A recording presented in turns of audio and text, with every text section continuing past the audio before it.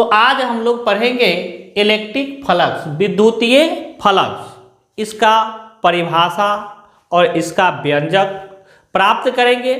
तो आखिर विद्युतीय फ्लक्स किसको कहते हैं? विद्युतीय फ्लक्स आपका विद्युतीय बल रेखा अगर आती है तो अच्छे से समझ में आएंगे, क्योंकि विद्युतीय फ्लक्स जो है विद्युतीय बल रेखा से ही निकला है, तो उसी पर आधारित इसका डिफिनीशन है। तो आज हम लोग जानेंगे कि विद्युतीय फ्लक्स किसे कहते हैं। तो परिभाषा हम लिख देते हैं, इसका डिफिनीशन लिख देते हैं। तो देखिए, किसी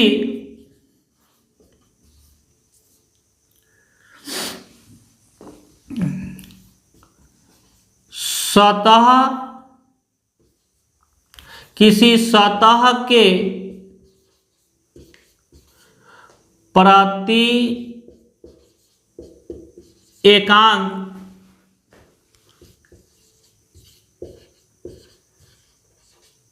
क्षेत्रफल से, किसी सतह के प्रति एकांक क्षेत्रफल से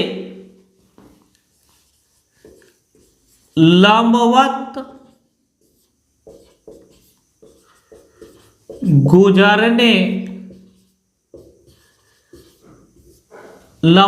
गुजरने वाली वैद्युत बल रेखाओं की संख्या को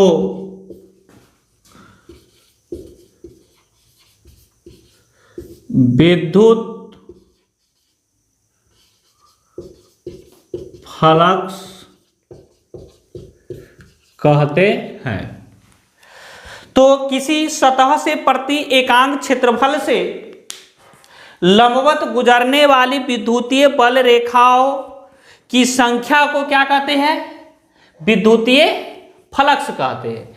किसी सतह के प्रति एकांक क्षेत्रफल से गुजरने प्रति एकांक क्षेत्रफल से लंबवत गुजरने वाली वैद्युत बल रेखाओं की संख्या को विद्युतीय फ्लक्स कहते हैं। अब देखिए, एक सतह है, मान लीजिए कि ये सतह है, ये सतह है और इस सतह से लंबवत क्या गुजर रही है? विद्युतीय बल रेखा गुजर रही है। इस सतह से लंबवत विद्युतीय बल रेखा गुजर रही है। अब बल रेखा गुजर रही है तो लंबवत का मतलब होता है कि मान लीजिए कि ये आपका क्या है? सतह है। क्या है? सतह है, और इससे नीचे से ऊपर की ओर क्या कर रहा है? बहुत सारे विद्युतीय बल रेखा गुजर रहे थे। उसी विद्युतीय बल रेखाओं की संख्या को देखिए, दिखाया गया विद्युतीय बल रेखाओं की संख्या को क्या कहते हैं? विद्युतीय फ्लक्स कहते हैं। इसीलिए डिफिनीशन लिखा गया है कि किसी सतह के प्रति एकांक क्षेत्रफल से लंबवत गुजरने वाली वैद्युतीय बल रेखाओं की संख्या को विद्युतीय फ्लक्स कहते हैं। अब देखिए, इसका दूसरा डिफिनीशन भी हम लिख सकते हैं। तो लिखेंगे कि दूसरा डिफिनीशन हम लिख सकते हैं, विद्युतीय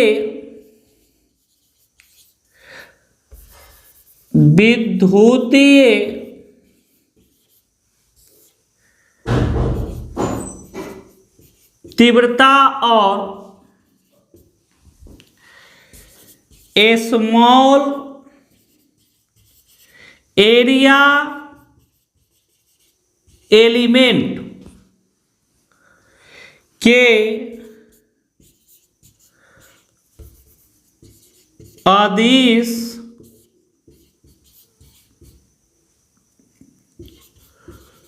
गुणनफल को इलेक्ट्रिक फ्लक्स कहते हैं। कहने का मतलब है कि विद्युतीय तीव्रता और small area element, small area element का मतलब होता है अल्पांश क्षेत्रफल, मतलब बहुत छोटा सा क्षेत्रफल, मतलब इकाई क्षेत्रफल। तो यही है विद्युतीय तीव्रता और स्मॉल एरिया एलिमेंट के अदिश गुणनफल को भी क्या कहते हैं हम लोग, इलेक्ट्रिक फ्लक्स कहते हैं। दोनों डिफिनीशन में से कोई डिफिनीशन आपको याद रखना है। तो क्या करेंगे हम, या तो लिखेंगे किसी सतह के प्रति एकांक क्षेत्रफल से लंबवत गुजरने वाली वैद्युत बल रेखाओं की संख्या को विद्युतीय फ्लक्स कहते हैं, या विद्युतीय तीव्रता और स्मॉल एरिया एलिमेंट के अदिश गुणनफल को क्या कहते हैं, इलेक्ट्रिक फ्लक्स कहते हैं। अब थोड़ा सा ध्यान दीजिएगा कि इस दोनों डिफिनीशन में से किसी एक डिफिनीशन को लिख लीजिएगा। अब हम इसका क्या करेंगे, इसे लिख लीजिएगा यहां पर, इसे फाई द्वारा सूचित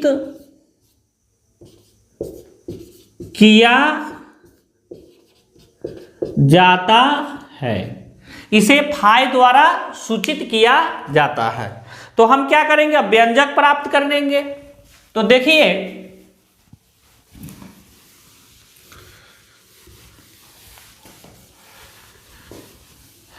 क्या लिखा गया डिफिनीशन की, विद्युतीय तीव्रता और स्मॉल एरिया एलिमेंट के अदिश गुणनफल को इलेक्ट्रिक फ्लक्स कहते हैं, फाई द्वारा सूचित किया जाता है। तो देखिए फाई बराबर क्या हम लिख सकते हैं, विद्युतीय फ्लक्स। तो विद्युतीय फ्लक्स निकालने के लिए विद्युतीय तीव्रता, तो विद्युतीय तीव्रता को हम क्या चीज से सूचित करते हैं, ई से, और स्मॉल एरिया एलिमेंट को हम डी एस से सूचित कर लेंगे, यानी कंसीडर। तो ई और डी एस क्या हो गया, ई और डी एस हो गया। तो ई और डी एस आपका निकल गया, ये कौन सा, वेक्टर क्वांटिटी में आपका जो है अदिश, वेक्टर क्वांटिटी का अदिश गुणन, अदिश में क्या होता है, डॉट प्रोडक्ट होता है। क्या होता है, तो फाई बराबर ई इंटू डी एस भी आप बोल सकते हैं। इलेक्ट्रिक फ्लक्स जो होता है फाई बराबर vector E into D S. तो डी एस जो है आपका, डी एस है स्मॉल एरिया एलिमेंट है, क्या है, डी एस है आपका स्मॉल एरिया एलिमेंट है।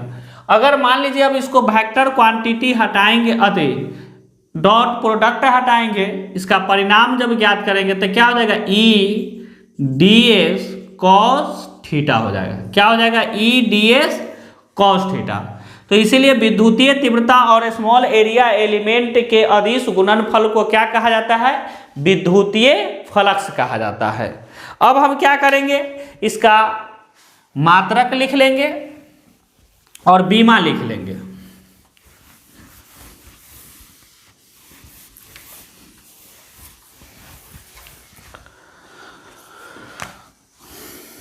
तो इसका एसआई यूनिट क्या हो जाएगा, ई का होता है ई का होता है आपका न्यूटन, अब बाटा में हो जाएगा कूलाम, और डी एस यानी क्षेत्रफल, क्षेत्रफल का हो जाएगा मीटर स्क्वायर। तो इसको सजा लेंगे तो लिख लेंगे newton metre square coulomb inverse 1 आप लिख सकते हैं। अब इसकी हम क्या निकाल लेंगे, बीमा निकाल लेंगे। इसकी बीमा यानी इसका डायमेंशन। तो देखिए डायमेंशन किस तरह से निकालेंगे, तो डायमेंशन हो जाएगा न्यूटन के लिए हो जाएगा mL/T⁻² होता है। मीटर का हो जाएगा L² हो जाएगा, और कूलम का हो जाएगा AT⁻1 हो जाएगा। अब एक साथ सबको कर लेंगे तो क्या हो जाएगा, mL³ T, एक यहाँ 2 गो है और यहाँ -1 यानी -3 और A⁻1 हो जाएगा। तो ये आपका विद्युतीय फ्लक्स की क्या हो गई, बीमा हो गई, जो ये आपको एग्जाम में पूछे जाते हैं। क्या किया जाता है, ऐसा यूनिट या बीमा आपको पूछा जाता है। ये VVI टॉपिक है, तो इसको आप याद रखिएगा। आपको बीमा हो गया mL² T⁻3 A⁻1 और क्या, और इलेक्ट्रिक फ्लक्स का जो यूनिट हो गया वो हो गया Nm², कूलम⁻1 होता है। इसी प्रकार से अब हम केस के बारे में, इसके केस 3 गो केस पढ़ लेंगे।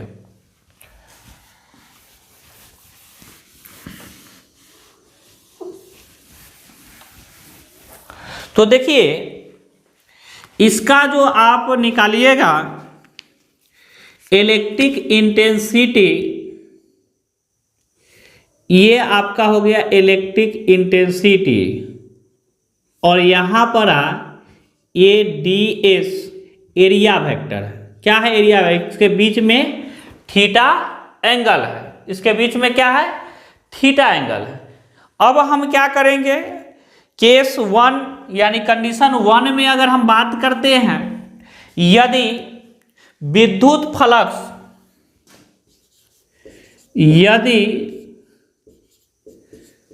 विद्युत फ्लक्स सतह, यदि विद्युत फ्लक्स सतह के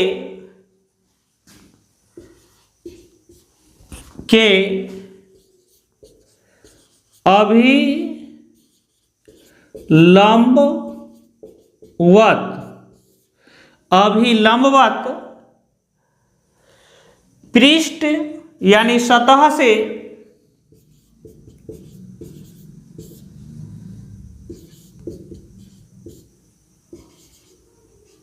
बाहर, सतह से बाहर निकल रहा, बाहर निकलता हो, कहाँ निकलता हो, बाहर निकलता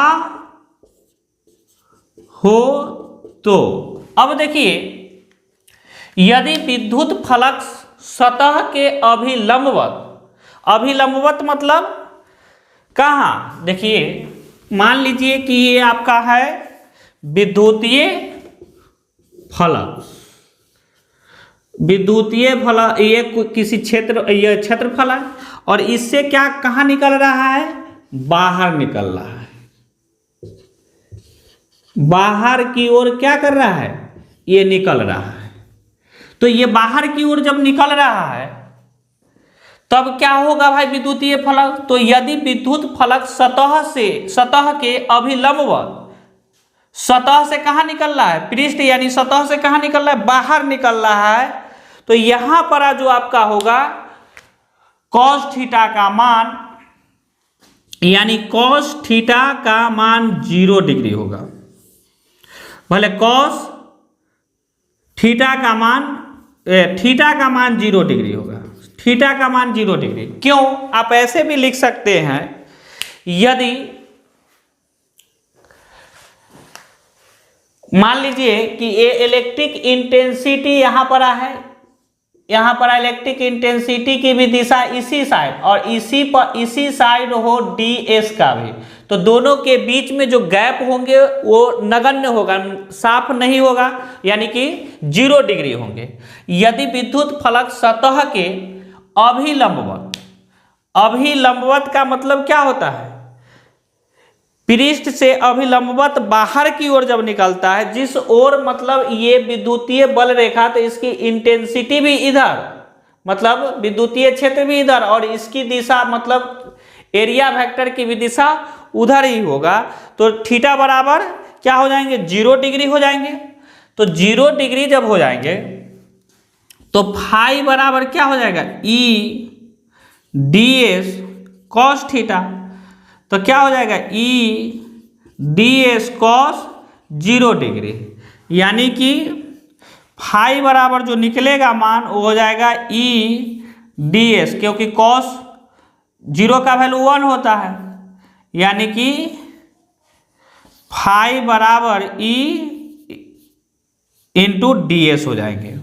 ये आपका निकल जाएंगे विद्युत फलक सतह के अभिलंबवत, मतलब नॉर्मल। नॉर्मल का मतलब क्या होता है, ऊपर की ओर, सतह है और सतह के ऊपर की ओर।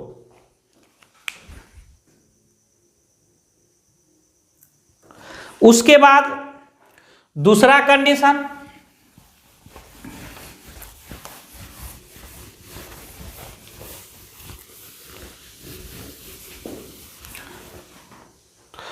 दूसरा कंडीशन में यदि विद्युत फलक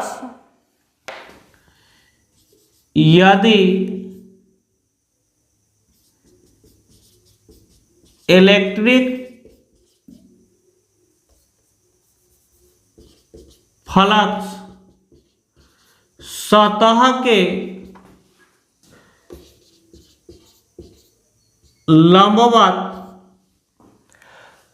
सतह के लंबवत पृष्ठ में प्रवेश करता हो, यानी सतह में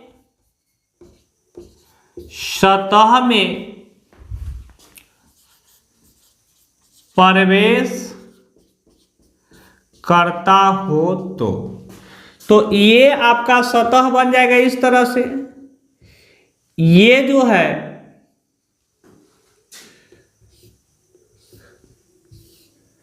और ये क्या हो जाएगा, ये अंदर की ओर जब निकलेगा, जब पृष्ठ सतह के लंबवत सतह में जब प्रवेश करेगा तो ये जो आपका देखिए सतह जो है, सतह के एरिया वेक्टर क्या होगा, ऊपर की ओर होगा, यानी कि ds ऊपर की हो जाएंगे। ds किधर हो जाएंगे, ऊपर की ओर, लेकिन विद्युतीय बल रेखा किधर हो जाएगा, नीचे की ओर। इंटेंसिटी क्या हो जाएगा, नीचे हो जाएगा। तो एरिया वेक्टर ऊपर, इंटेंसिटी नीचे, तो दोनों एक दूसरे के विपरीत दिशा में, तो एंगल क्या बनाएंगे, 180 डिग्री।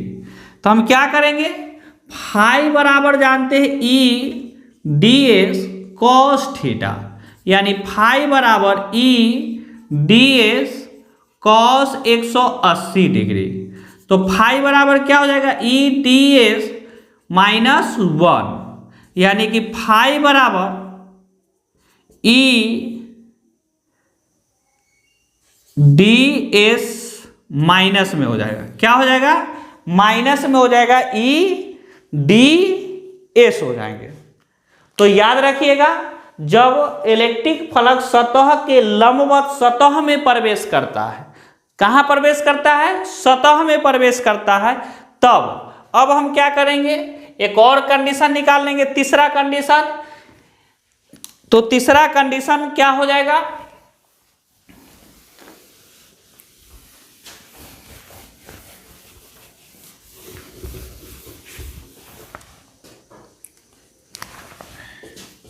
यदि इलेक्ट्रिक फलक सतह के समांतर, सतह के समांतर पृष्ठ में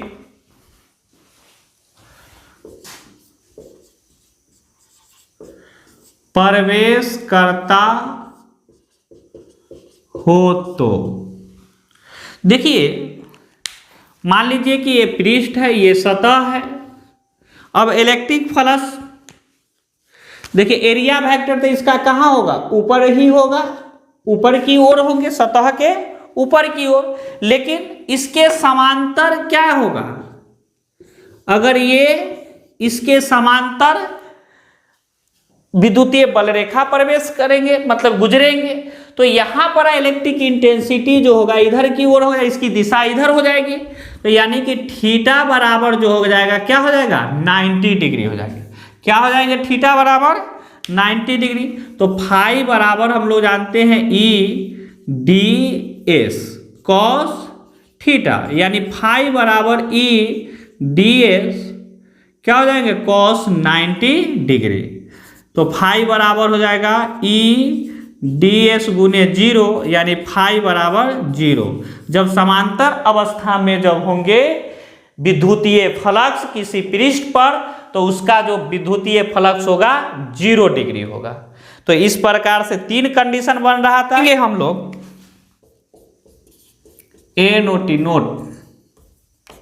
नोट में लिखेंगे कि जब फ्लक्स सतह के बाहर निकलता है तो उसका मान धनात्मक होता है।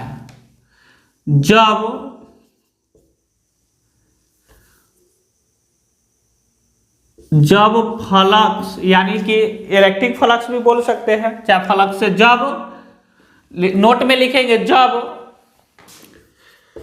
फ्लक्स पृष्ठ से बाहर निकलता है तो उसका मान धनात्मक होता है, तथा जब पृष्ठ में प्रवेश करता है तो उसका मान ऋणात्मक होता है। तो आप ध्यान रखिएगा ये बात को कि जब फ्लक्स पृष्ठ से बाहर निकलता है तो उसका मान धनात्मक होता है, जब फ्लक्स पृष्ठ में प्रवेश करता है तो उसका मान ऋणात्मक होता है। तो ये था आपका विद्युतीय फ्लक्स। अब हम लोग नेक्स्ट क्लास में पढ़ेंगे गॉस प्रमेय। क्या पढ़ेंगे? गॉस प्रमेय। तो आज भर के लिए इतना ही।